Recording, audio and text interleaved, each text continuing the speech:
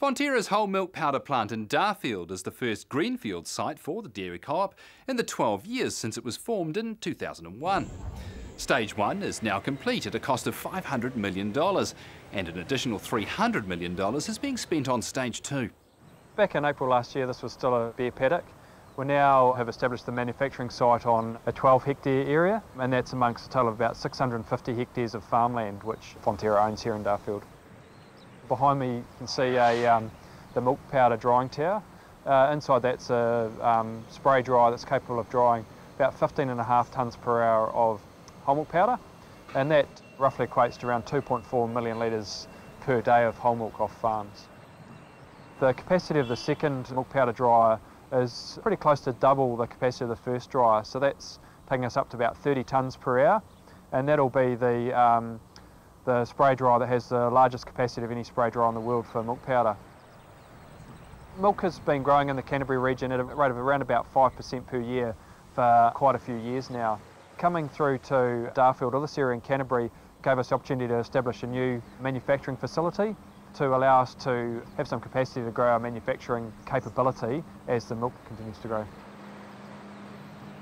The milk from this region was going down to Cleanyboy, so that's around about 150 kilometres from this area, return trip being about 300 kilometres. So by establishing the production capacity here, we've been able to save heavy vehicle movements to the tune of about 20,000 kilometres per day, so it's quite significant.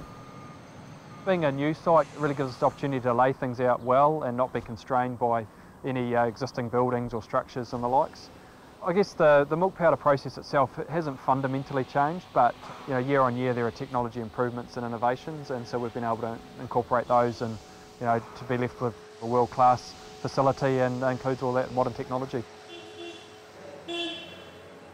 We're in our manufacturing dry store, so it's the warehouse for all our finished product. The most interesting innovation in this particular warehouse is the use of natural light. So you can see there's quite a lot of skylight panels, and that just significantly reduces the amount of lighting. The other really interesting thing that's been done is the use of light detection. So when they turn the lights on, it'll just come on as forklifts move through the area and then turn off, or in low light external situations, so significant energy savings. We've got industry best practice technology to control our emissions, and that's applied both to our drying plant and also to the boiler. It's got what we call a bag house, and basically what it is it's a fine filtration through a set of cloth bags, and that removes all the particulates and dust and coal ash. Only the clean air passes through the bag and can go up the stack. And a little interesting fact about our boiler is that it generates the equivalent power that would be required to power 30,000 homes, but yet the discharge out the stack is the equivalent of 17 household fires. We are doing a trial for a biomass alternative fuel source, and that's a miscanthus grass, which is sort of like a bamboo type grass. So we've got 2 hectares planted on that on our irrigation farm, and our boiler's fully consented if we can make it viable. All of the water that is used in the manufacturing process and for cleaning is treated through a wastewater treatment plant on site, and then it's irrigated back onto surrounding farmland. We generally discharge about 3.5 million litres a day, and that's actually more than what we take up out of the ground, because the water that we evaporate out of the milk as part of the drying process is irrigated back.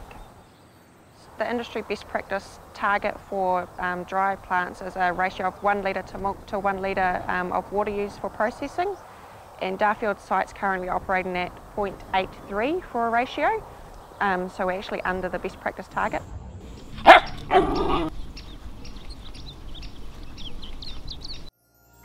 This program was made with funding from New Zealand On Air.